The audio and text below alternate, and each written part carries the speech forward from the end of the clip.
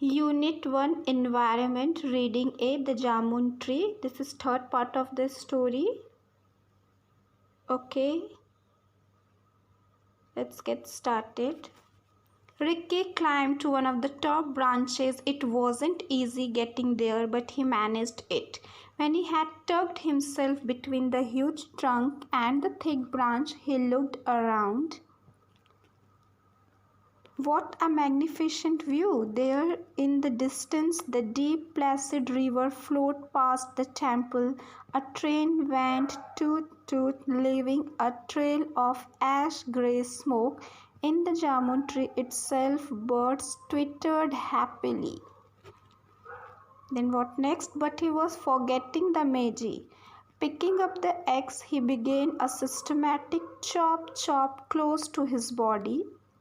Suddenly he could hear a shrill, high-pitched scream. It was the hawk kite that used to nest in the tree. He could only see one. Did that mean the other had gone off to hunt for food for fledglings? Were there little ones in the nest? Curious, he climbed a little further, and sure enough, there were two nearly full-grown chicks. In fact, they were so big that they looked almost like their parents, only lighter in color.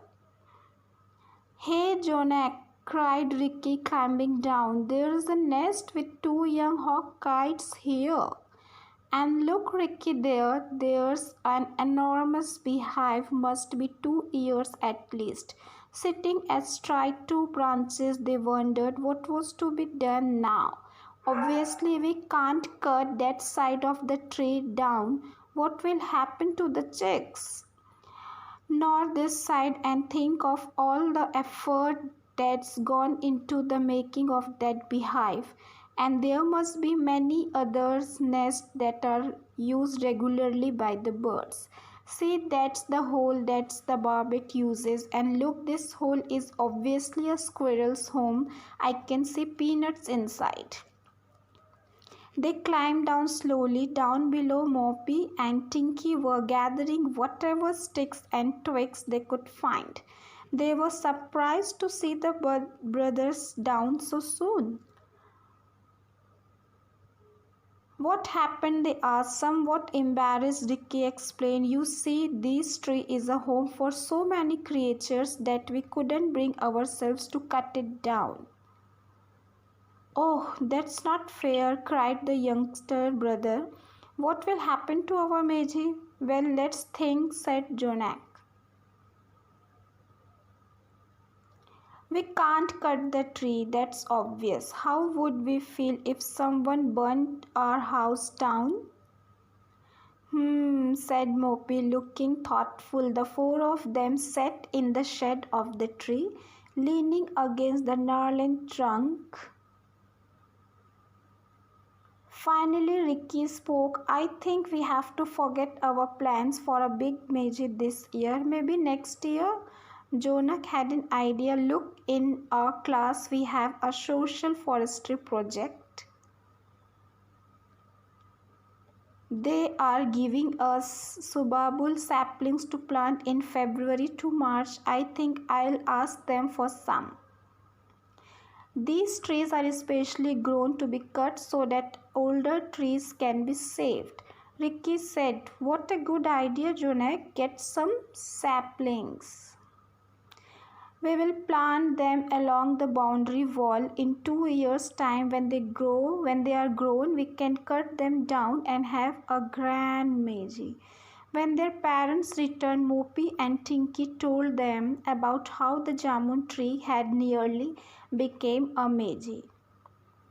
Father smiled. "I am glad you didn't cut it down. Think what would have happened. You and your friends climb the tree, eat its fruit, play in its shade. If it weren't there, our courtyard would be silent." He stopped for a while, then continued. "It takes years and years for a tree to grow, mature, bear flowers and fruits. To cut one down takes just a few hours."